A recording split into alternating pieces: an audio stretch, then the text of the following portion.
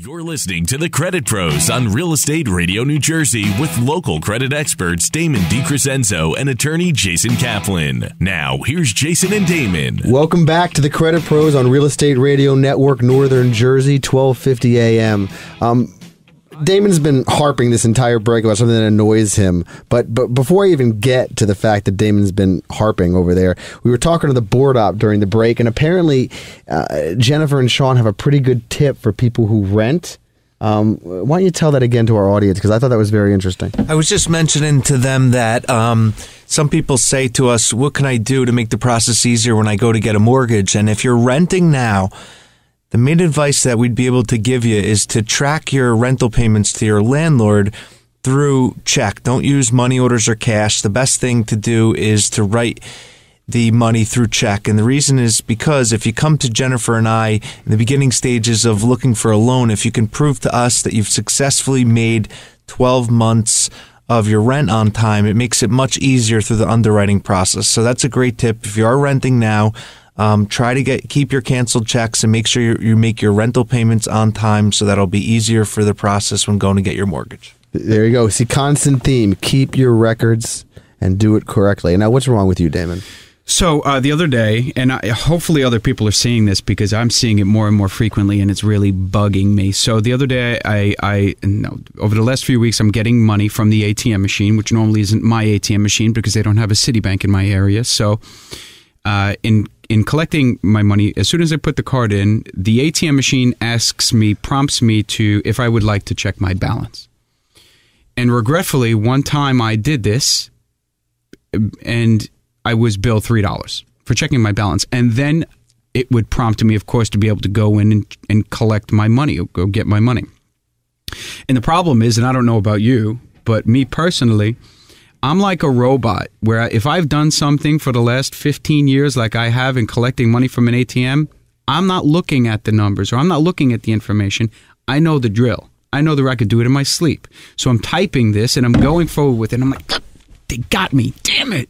And so looking back on it, the $3 that I spent to check my balance, which of course I already knew, and then the $3 to collect the money, and then the $3 because it was an out-of-network ATM fee, really bothers me that when I took out $100, it cost me $9 at least to get my money. Take out $300, better return on your money. That's not really a justification for it. And now I've been mindful of it, and every time I'm looking at an ATM machine and I put my money in, they're all doing it now.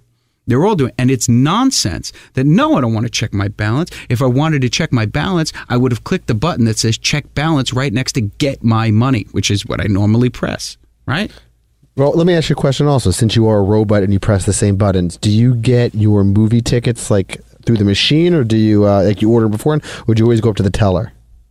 Bro, I have a big TV in my house. I don't go to the movies. Go to the movies. You're a city guy, man. In Staten Island, we don't go to you don't know what you're walking on. It's sticky in Staten Island. I watch TV at home in the safety and comfort of my own home. I don't mess with that stuff. Unless it's 3D and Toy Story 3, and I have a son, and that's a whole different ball of wax. No, but there's a new 3D movie from James Cameron. I think it's called, what's it called? Like a cave or something they go into. It's got some weird name, but it's like it's like the new Avatar. You need a hobby. You didn't see that commercial? No. Oh my God, it's fantastic. So, moving on, thank you, Jason, for the movie update. This is the Credit Pros on Real Estate Radio Network. Please give us a call. We'd love to speak to you about credit repair, which is what we're really good at. Our number is 973-771-5118. Again, 973-771-5118, or on the web at creditrepair.to. And it's time to do Credit Truth or False. Yay! Yay! So we're going to go through some interesting things. And Jason, why don't you read us our first Credit True or False, and let's weigh it and see where we sit. Okay, Damon, true or false? If a judge in a divorce proceeding orders a spouse to pay a debt, it no longer affects that person's credit. That's false. Absolutely false. Why, counselor? Well, it's false because just because you couldn't get your marriage in line and you couldn't stay together with your spouse doesn't mean that the original creditor should be in a worse situation. So when you went to Ford or you went to Superior Mortgage and got your mortgage, they were basing it upon the information in front of them. you can't put them at the original creditor at a higher risk now because the judge said you couldn't get along in your marriage. So both are responsible for the debt. Both items will be on the people's credit report. So if your spouse doesn't pay it, you're going to get the late pay. If your spouse continues to not pay it, they're going to come after you for the money also. Yeah, and guess who's not so forthcoming in having that conversation with you is the divorce attorney. They should really, in my opinion, do a little bit better job than saying, hey, look, even though this judge says you may not be responsible for the debt, guess what? You're on the hook. They don't do, and similarly for bankruptcy attorney, there's a lot of fantastic bankruptcy and divorce attorneys out there. Don't get me wrong. And we'll recommend one to you if you give us a ring. But some of them out there are not doing their homework and communicating effectively to you, the consumer, what your responsibilities are after the bankruptcy or after a divorce. Yeah, if you're going through all those proceedings, the mediation, the family court, all this stuff, make sure that part of those mediations and meetings with your lawyers and the spouse's attorney is to resolve some of the debt. So it might be a better idea, instead of giving her or him the car, to sell the car and split the money and let them go their own separate ways. Yeah, but the problem is, and we get a lot of this too, the problem is people usually don't like each other at the point of getting a divorce, right? And they don't have that conversation, even though that conversation is something that is so very important, and they will regret for the rest of their life not having that conversation. Probably throw it on the pile of the conversations that they were supposed to have, like, honey, I'm sorry for cheating on you, or whatever it may be. But that one conversation that they were supposed to have with their attorney and their spouse's attorney about how we can amicably resolve these debts winds up to be a very, very bad situation post. Well, you got to either get the wedding crashers mediators, or you have to make sure you go for it, because it's an issue that definitely has to be talked about. It does. Otherwise, you're going to regret it. I have a client, and he makes a lot of money. He's a Hollywood producer in L.A., and he got a divorce, and they have $1 million home. And he was giving his wife alimony, and she was supposed to be paying the mortgage all the way through for the first year or so. And she was taking the money and not paying the mortgage. And now all of a sudden it stopped, and the mortgage is still originally his name, and he has a 12-month of late payments on it. And now he wants to go buy a house with his new wife, and he can't do it. So it's an issue that, as uncomfortable as everything is, how can anything get more uncomfortable anyway? Just bring it up and deal with it and fight it out. That's right. And I should probably insert here, if you're thinking about divorce, I understand. I really do. My family's a family of divorce. And if you need a good divorce attorney, pick up the phone and give us a call. I'm happy to suggest one to you personally. 973-771-5118. Again, 973-771-5118. Jason, our next true or false actually has a little bit to do with mortgages too, because it certainly can affect how a mortgage works. How about I read it? Piggybacking still works to improve credit scores. To improve credit scores is definitely true. I'm not sure, though, what the ramifications are for mortgages. Do banks and underwriters still honor authorized user accounts and piggybacking on someone else's credit? I think they... I think they do, but we don't really see it anymore. I mean, we used to do a lot of piggyback loans. The only loans that are assumable are FHA loans. You just don't really see that most of the time.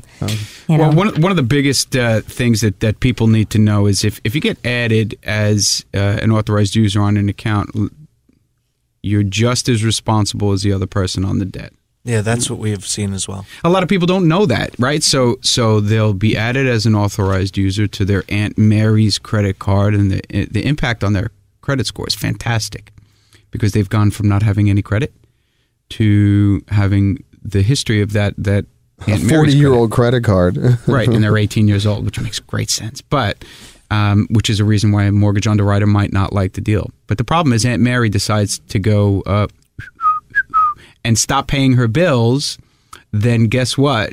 You're just as responsible.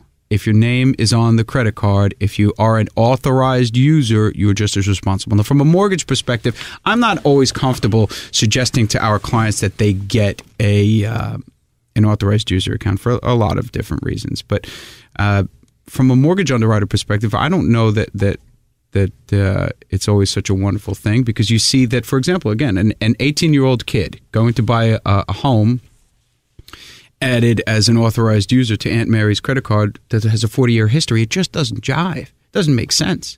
If they have a 700 credit score because of the authorized user account, they've gamed the system, which is cool. They have a high credit score. But from a risk perspective, I don't know what that says about a person's ability to repay, about whether or not they're going to be able to repay a loan. I am always under the assumption that the best idea is to be responsible for your own actions.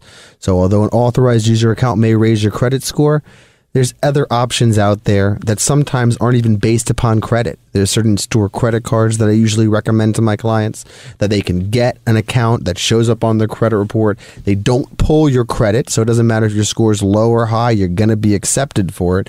And all of a sudden you have something that's in your name that no one else is responsible for paying. And if Aunt Mary decides to stop taking your medication, those late payments aren't going to hurt you. Aunt Mary has crazy eyes. Yeah, well, listen, I agree with that. Let's dive into our last and final true or false. Jason, would you please? You know what? Actually, Jason, I'll read it because I would love you to answer this one. Opting out will increase your credit score. That is false, Damon. Opting out, for those of you who do not know, is the process of not allowing the credit bureaus to sell your information, which can be very effective in the sense that you're not going to get a whole bunch of junk mail every single day in the mail. But it doesn't do anything directly to change your credit score at all. People argue that maybe you won't get as many credit inquiries because different companies aren't pulling your credit for certain reasons, but inquiries don't have much impact on your score anyway. I think it's awesome to opt out. Listen, you should do it we do it as a courtesy for our clients. We opt them out of the credit bureau's ability to sell their debt. It stops the phone from ringing. In my opinion, are not as valuable to them, and maybe it makes the credit restoration process work a lot smoother. You don't run the risk of somebody sneaking into your mailbox and taking out one of those pre-authorized credit card forms, which happened to me when I was young, and somebody filling it out and then going to Macy's and buying ugly watches, which also happened to me when I was young. Yeah, it was your brother. It was my brother. That's absolutely right. But if I would have opted out and that ability wasn't available then, all those years ago, but if I would have opted out, then that wouldn't have been sitting in my mailbox. And who knows who could poke their head in and take stuff like that out. And if it's pre-approved, listen, those credit card companies don't care. You have a pulse, they'll send you a card, and it's just rampant for fraud. And people need to be aware of it and be careful. Yeah, and he touched on it. A basic theme here is the credit bureaus don't care about you, they care about money. And there is a common belief in our office that if they can't sell your information and they can't make money off you, they really don't care about you. So, that's right. So listen, if opting out isn't going to increase your credit score, that's okay, because in this very small, the most minute way, in my opinion, you're sticking it to the credit bureaus, which is what we love to do. Stick it to the credit bureaus, stick it to the banks, because they're sticking it to you on the daily. So before we jump out of here, Jason, I wanted to take a couple of quick questions from our listeners. Jenny in Brooklyn had a question, and I think we're going to throw this to our mortgage professionals in the office. If I have a 628 middle score, can I qualify for a mortgage? Yes. Can still do down to 620 credit scores, so absolutely be able to qualify for a mortgage. That's good. A lot of people think that they can't, obviously. Jenny, pick up the phone, give our guys a call. Call Superior Mortgage, 973-929-6000, 973-929-6000. Jason, I'm going to throw this one to you. Let me ask you a question. She said 628 middle score. Does it matter if it's the middle score or the high score or the low score? It matters if we're looking for the 620 to be a middle score as far as the minimum qualifications. Well, there we go. All right.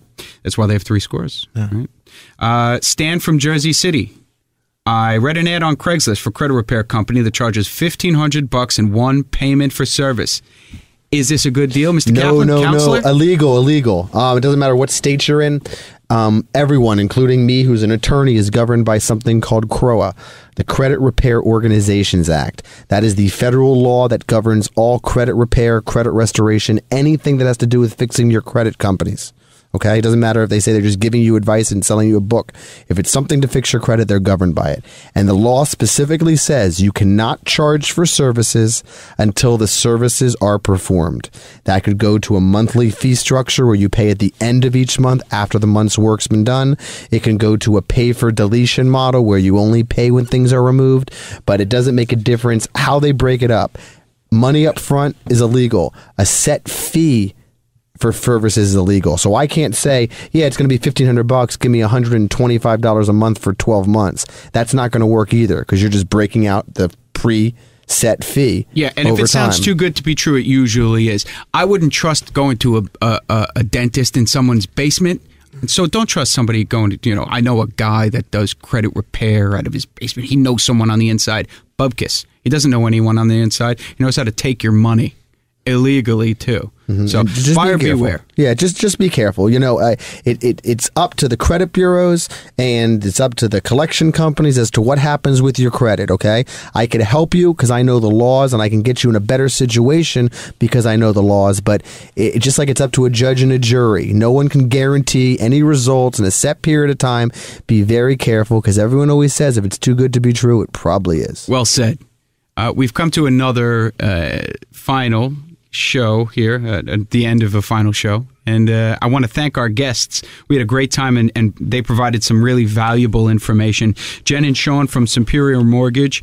If you have any questions about a mortgage, you're trying to purchase or refinance, I suggest giving them a call at 973-929-6000. And this is Damon, and you've been listening to the Credit Pros on Real Estate Radio, New Jersey. I'm here with my partner, Jason Kaplan. We're always available to speak to you about your credit issues, if you're having problems with your credit or finances, or if you're having problems with creditors directly. Pick up the phone and give us a call. We're happy to speak. And why don't you do, I'm sorry. 973-771-5118. Again, 973-771-5118. Why don't you throw Superior Mortgage a plug since they've been so good to come in here today? What's their number again, Damon? Oh, sure. 973-929-6000 or on the web at Superior178. The Credit Pros, you can always visit us on the web at creditrepair.to. Have a wonderful week, and we'll speak again here next Sunday. Thanks. Thank you, New Jersey. For all your credit problems, concerns, or questions, call the show's off-air number at 973-771-5118 and speak to the hosts of the show, Damon DiCrescenzo and attorney Jason Kaplan, directly. 973-771-5118. This program is brought to you by the Real Estate Radio Network. Visit realestateradio.us for more info. That's realestateradio.us.